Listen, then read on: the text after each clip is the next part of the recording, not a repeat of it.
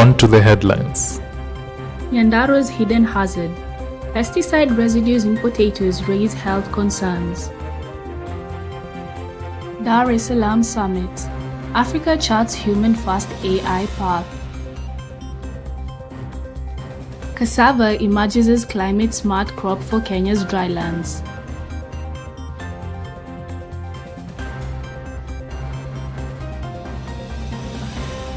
Hello and welcome to Traceability TV News, your source for the latest updates on global traceability and safety concerns. I'm your host, Miriam Munyoki. Reports indicate that a new food safety concern has emerged from Nyandarua County. Recent tests have revealed that potatoes sourced from the region contain hazardous pesticide residues. Several of these chemicals have been banned due to their significant health risks. We turn to our reporter for more details on this developing story. According to a recent study conducted by Egerton University, 98.8% of potato growers in Nyandarua employ synthetic pesticides, some of which are prohibited. Traces of chlorpyrifos and phenitrophion were found in potato samples exceeding the safe limits. Researchers examined the effects of boiling, roasting, and frying on the residual levels. Frying demonstrated the greatest decrease, more than 90%, but some hazardous substances persisted. Without a better and more stringent pesticide regulations and improved traceability systems set in place in Kenya's agricultural landscape, these harmful chemicals may be making their way from the soil into your lunch or dinner table. Regina, Traceability TV. Africa's recent struggle against mpox has provided significant insights. Currently, these lessons are influencing the continent's approach to cholera outbreaks. Our reporter explores the ways in which these strategies developed during the mpox outbreak are being utilized to improve efforts in the containment of cholera. The mpox outbreak prompted Africa's CDC and World Health Organization to implement a 10-pillar response plan, emphasizing surveillance, community engagement, and vaccination. These strategies, which emphasize quick reaction and cross-border cooperation, are currently being modified to fight cholera. Improved laboratory capabilities and training for community health workers, which were effective in containing mpox, are being replicated for cholera. It is crucial to integrate disease surveillance systems in order to effectively handle several outbreaks. The goal of this cross-application of tactics is to improve Africa's overall readiness for epidemics. Rinta Luther, Traceability TV. As climate change intensifies, Kenya's arid and semi-arid lands face escalating food insecurity. Cassava is being increasingly recognized as a hardy, climate-smart crop in the face of those difficulties. The influence of cassava is growing as traceability techniques are increasingly used to track varieties from farm to market. Cassava is being promoted by researchers because of its drought tolerance and its capacity to adapt to poor soils. 27 cassava varieties showed strong yields in dry conditions during a field testing conducted in Rongai, Subakia, and Njoro sub-counties. Traceability systems are now being used to track post-harvest handling, disease resistance, and crop performance through the Kenya Climate Smart Agriculture Project. In addition to its nutritional value, cassava's adaptability enables value addition into products like starch and flour. Cassava is a sustainable, traceable solution for long-term agricultural resilience as more than 5.4 million Kenyans experience chronic food security. Regina, Traceability TV. We're now taking a short commercial break. Stay tuned for more news updates after the break.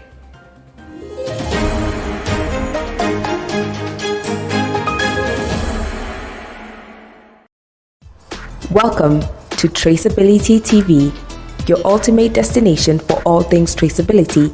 We're the global platform that brings you the latest in traceability news, interviews, and live event coverage. From in-depth news updates to exclusive interviews, Traceability TV keeps you informed on the practices that are transforming industries worldwide. Our mission is simple: empowering organizations to achieve transparency, accountability, and sustainability throughout their supply chains. Our vision: a world where every product's journey is visible, ethical, and sustainable. At Traceability TV, we offer unparalleled opportunities for brand visibility. Feature your company, highlight your traceability solutions, and showcase your commitment to GS1 standards. Leverage our expertise to create high-quality advertisement videos that resonate with your audience, or sponsor a segment to position your brand as a leader in the traceability space. You can support us by partnering on special projects. Your contributions help us deliver more in-depth analyses and expand our global coverage. Traceability TV is more than just a channel, it's a movement.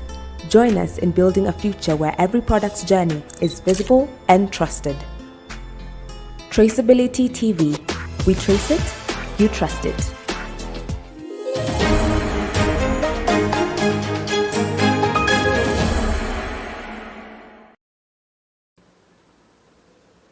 Kenya's clothing industry stands at a crossroads. A new report suggests that second-hand clothing known as mtumba and locally manufactured apparel can thrive together. The key lies in integrating traceability for sustainable growth. The Institute of Economic Affairs Kenya and the Mitumba Consortium Association of Kenya have released a report titled A Future Look at the Apparel and Footwear Industry in Kenya 2022-2037. It presents a 15-year plan that promotes local manufacturing and Mitumba cohabitation, highlighting the potential of both industries to create inclusive economic growth and job creation. Mitumba contributes Kenya shillings 12 billion in taxes yearly and supports almost 2 million jobs. In both industries, integrating traceability systems may increase transparency, guarantee quality control, and increase consumer confidence. In Dar es Salaam, leaders from across Africa convened to shape the future of artificial intelligence in Africa. The summit emphasized a human-centered approach to AI, focusing on ethical governance and inclusive development.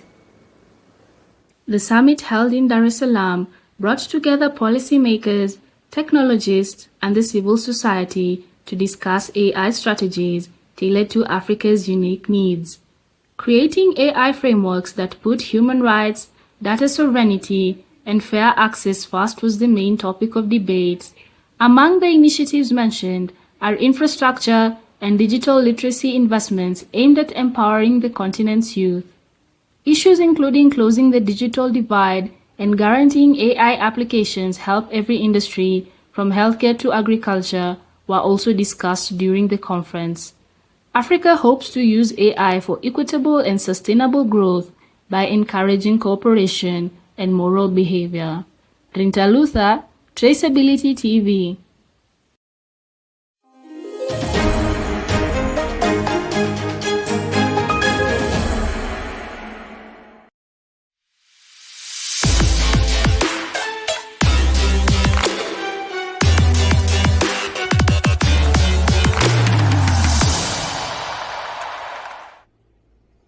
Welcome to Visibility Sports News. I'm your host, Regan Gitau. Diving into the captivating history of competitive swimming, a journey that spans thousands of years, from ancient civilizations perfecting their strokes in rivers and pools to the modern spectacle of Olympic swimming that inspires millions around the globe. Our reporter takes us through this fascinating evolution and highlights the milestones that have shaped this incredible sport. Competitive swimming has roots tracing back to ancient Egypt, Greece, and Rome, where swimming was not just a recreational activity, but also a survival skill. Ancient artwork and historical records depict swimmers competing in rivers and early pools, showcasing techniques that laid the foundation for modern swimming strokes. It wasn't until the 19th century that formalized swimming competitions emerged, with the establishment of swimming clubs and the introduction of standardized rules in England.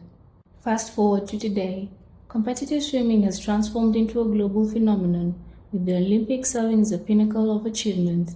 Technological advancements in swimwear, pool design, and training techniques have pushed athletes to shatter records year after year. The sport now celebrates not only speed but also diversity, with athletes from all corners of the globe competing on the world stage. From ancient pools to Olympic glory, swimming's evolution continues to inspire athletes and fans alike. Winter Luther, Traceability TV.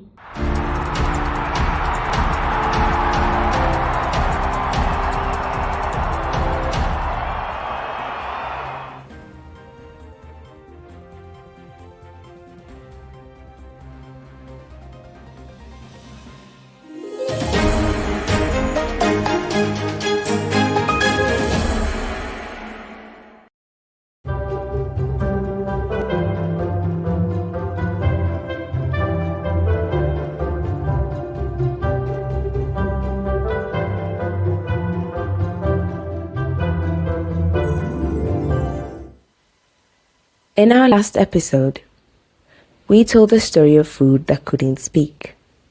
No name, no path, no answers. Just risk. For farmers, for families, for everyone. It was a painful truth. When food has no name, no one is safe.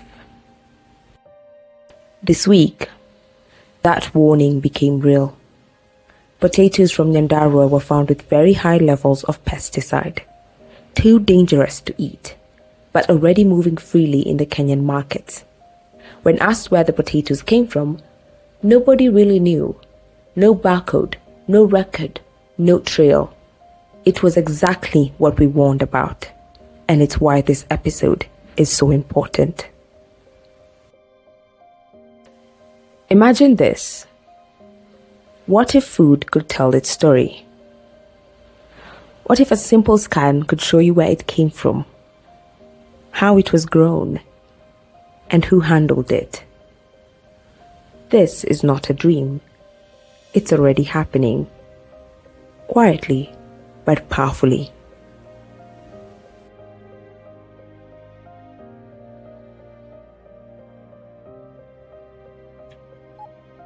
Behind every beep at the supermarket is a system called GS1. They give food its identity. It's a way to bring trust into your basket. We do have standards as GS1 that enables this to happen. The tracking and tracing of food in the supply chain, and this is called traceability. Our core business as GS1 is to identify, capture, and share information. So when we identify the farm, the farmer, the location where they're based, the produce that they're selling or that they're producing or growing, the logistics personnel. And I'll start off with GTIN. A GTIN, a global trade item number, is an identification for the produce. We use the standard to identify the produce, and then we go to the location whereby we use the GLNs, global location numbers, and then the SSCCs for the serial shipping containers code. These are basically used for the logistics personnel, and the containers are also identified using the GRI, Global Returnable Asset Identifier.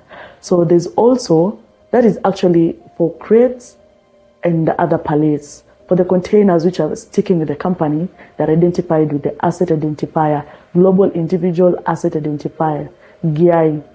So with these standards, you're able to trace the produce from the producer up to the consumer using credible information and quality data.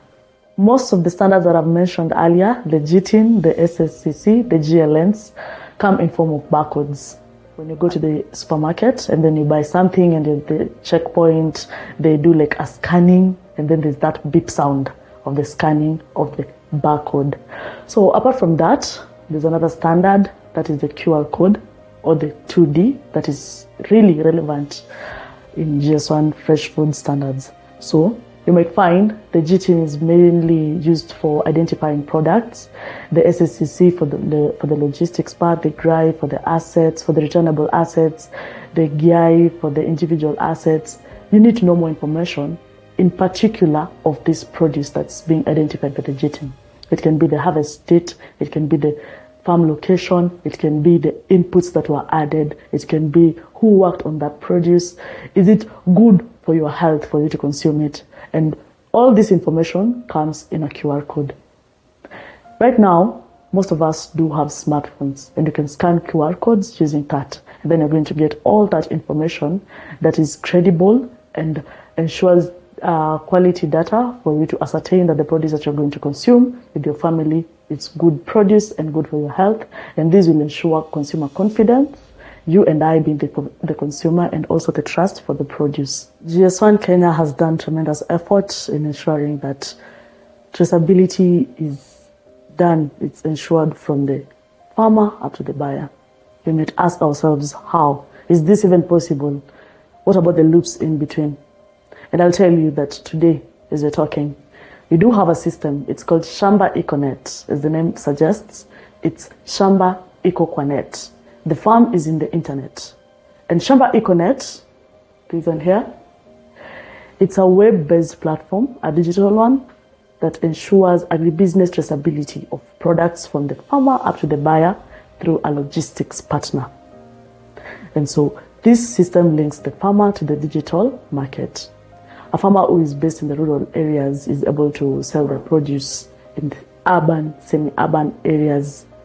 And this has been effected through Shamba EcoNet. But now, I'm sure that you're curious about where your last meal came from and the next meal, where it's going to come from. For you to have a feel of this credible, traceable data and traceable products, I'd like for you to visit Shamba EcoNet's website, that is www.shambaeconet.com, for you to see the tremendous effort that GS1 Kenya has done in ensuring fresh food traceability and food traceability at large. In Murang'a County, they're not waiting. They're teaching farmers how to track their crops using simple tools. They now record what they sprayed, when they harvested, and how they packed, all linked to a barcode. Murang'a is showing Kenya what smart farming looks like. My name is Kiringai Kamau. I'm the CEC member for devolution and external linkages involving coordination of both the national and internal departments of the government of Murang'a, and the collaborative engagement with institutions that are outside the county, like GS1, looking at how the collaboration can be helpful to the community in Murang'a to increase the wealth that we generate from our activities in the county. Murang'a County is the first county government to have established a policy on agroecology and a law abiding the same. One of the things that we want to do is to use the Agroecology Act in Murang'a so that it can guide the organic food production and make the farmers gain from premium pricing using some of the outlets that we want to establish with markets and consumers. So we have the possibility of achieving this by using the traceability dimension that is coming because some farmers will want foods that are coming from particular areas, because the flavor of foods and the sweetness of foods, for instance, depends on where it is grown. If you grow your fruits in places with high intensity of heat, the heat units converts as sugar. So some people like very sweet fruits, others not. That traceability is important. It is the same even with coffee. Soils have different flavors of the coffee depending on the zones where the coffee is grown. So, and it is the same case even with tea and every other commodity. So it is very important to have a traceability dimension so that when you actually show the source of a commodity, anybody can actually say that I want that that is coming from this region and not any other region. We are talking of localization. We are talking of geospatial mapping. We are talking about the capacity to train farmers so that they can address the value of using some inputs and not others. So these are the technologies that we are talking about that will help the farmer and they earn more from the market because there is a traceability dimension integrated into what they are producing. We did not have the traceability platform to achieve that. And when we actually were looking at how do we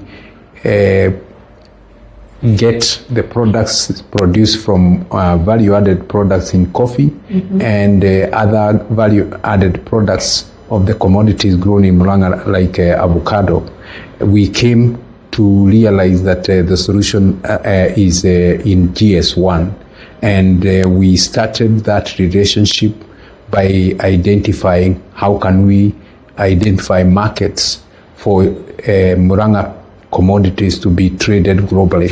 And GS1 came with a request for our coffee to be sold in Sweden. And we have now gotten into an agreement that this is going to be delivered through the Shamba Econet from GS1 and the Gordon iFood SOS. So we are looking at the possibilities of now how we can deepen that by ensuring that product produce of Murang'a lands into foreign markets. And we can deepen that by looking at how do we also integrate the wider government machinery so that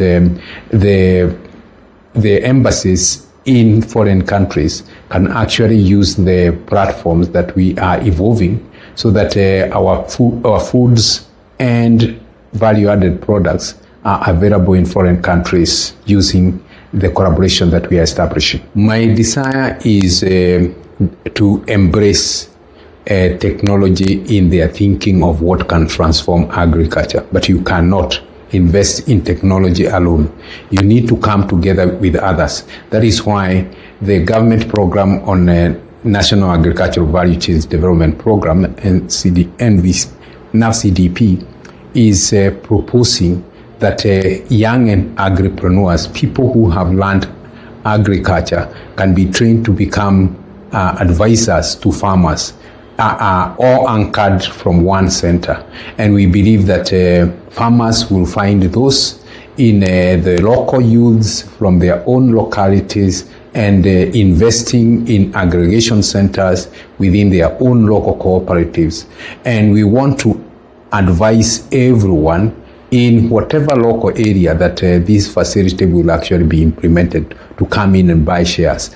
Now, every success that is gained from this is going to be available on Traceability TV, and would like them to actually always tune to Traceability TV so that they can actually be watching what we are achieving every week, every day. Even honey needs to be trusted. Isinya Roses is using GS1 barcodes on their honey jars to prove what's real and what's not. It's not just sweet, it's safe. We actually use barcodes and also QR codes to actually trace them. So why did we actually go for the barcode and QR code? So for the barcode, it was more of when we want to like sell our products, yeah, because it comes with a tag of price. And then for the QR code is more of tells you the description of what our products are, where you can find us in terms of location, where we actually sell these products more. That one will be very beneficial for us so that we can actually bombast that market. Also, it's also good that people see our products and see that it's genuine, because once you actually do it with GS1, people actually term it as a very genuine product, because we know that we have passed through the right procedures for you to actually make it genuine. Oh, thank you. So now that you just mentioned GS1 standards, how do you implement the standards in all your products? Okay, so for GS1, standards, they usually implement it with the one I told you, the barcode and the QR code. But before you do that, you have to go through also other certifications, which includes also KEBS, for them to first verify that you're actually selling the rightful products with the rightful manner. And then now, once we have gone through that channel, then GS1 can actually give us the barcode. Okay, so I'll shoot this question to Mr. Mohammed. Can you kindly give us the process of how you track your products from the farm to even maybe seedling production when it comes to avocados, from the farm to the table? Well, it's a very easy process as GS1 have figured it. So from the QR code, once you scan the QR code, it takes you to a link. That link takes you to a website where you have all those details. And through that system, you can add all like the originating, all that data. You add all that data from the origination, how it was got, is it pure, is it organic, all those details, all that process, so that when the client gets your product, scans that QR code, he gets all that information. He knows this thing came from this country, it was either manufactured or harvested or grown in a particular area, and everything, including even the ingredients that are inside your product. Thank you. As we expand our company, we are going to have more products in place. So what we're actually going to do is just introduce the other products to the QR code for traceability purpose. It's going to actually help us more because we have actually seen the benefits of having the GS1 QR code. So I feel like us introducing also our other products to this will actually help us a lot. Not only our customers, but us as a company. This documentary is not only about farmers, it's about everyone. Because we all eat, and we all deserve to know what we're eating. Traceability is the way forward. From potatoes to honey, from farms to your table, it's time to make food honest again. When food speaks the truth, we can eat with peace of mind.